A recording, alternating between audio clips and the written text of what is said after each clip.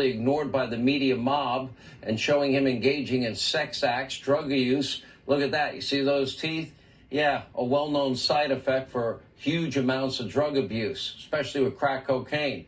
Remember the mob and the media, big tech, remember? They wouldn't let you see and learn what was on that laptop before the election. They told you this was Russian disinformation, and it was all fake. And big tech, they were happy to participate in their big lie. And as Jonathan Turley wrote in an op-ed today, Biden's new red flag gun control proposal could apply directly to the story about Hunter and his gun from 2018. Get that for irony. Here with reactions, she's the host of Candace, appropriately titled. Candace Owens is back with us. Hey, good to have you back, Candace. Thanks. First, I don't know if you have the same sources I do or different sources. This is another step, but I'm told there is more and far worse. Have you heard that? I haven't just heard that. I actually was one of the early people that shared some of the text messages that you're referring to. It is going to get much worse. And Twitter locked me out of my account.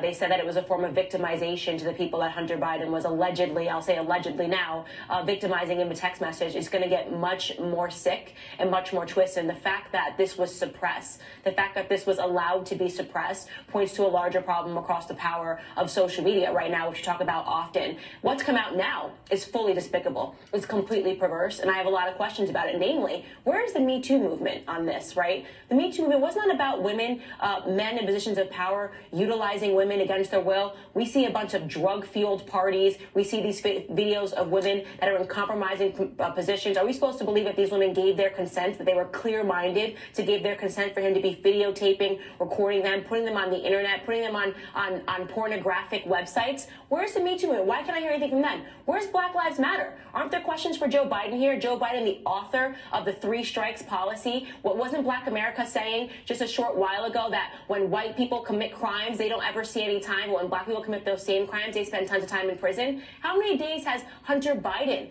spent in prison? Hunter Biden, how many times and how forgiving the system would have been? How many strikes would he have gotten based on just the photos alone that show that he was deeply immersed in these illegal activities? A lot of this is pointedly sick, but the biggest thing that we don't want to get lost here, that we should not forget here, is that Joe Biden lied. He lied. He called this Russian disinformation. The sitting president of the United States lied to the American people.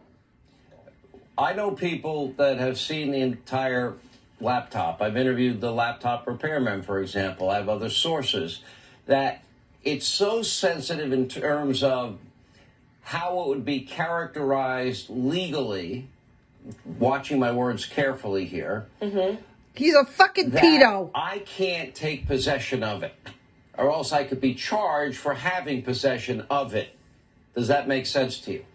That makes perfect sense to me. I know exactly what you're talking about. And I also received these messages a long time ago when it was then candidate Joe Biden for president. And I shared it on Twitter because I said to myself, this is so despicable that America needs to know this information because we have a president, a to-be president that could potentially be covering this up. And this is the kind of stuff that any person, any decent human being in America would say, you know what, if there is a person that is covering up this kind of information to protect his son and not saying, you know what, I want nothing to do with you, I would not want him sitting in the White House. I mean, this is beyond queer. And if the last name, Candace, was Trump, you think we'd already have it out?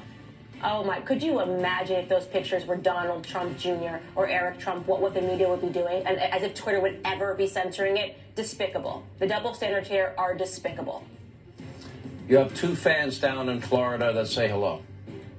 I'll tell you later.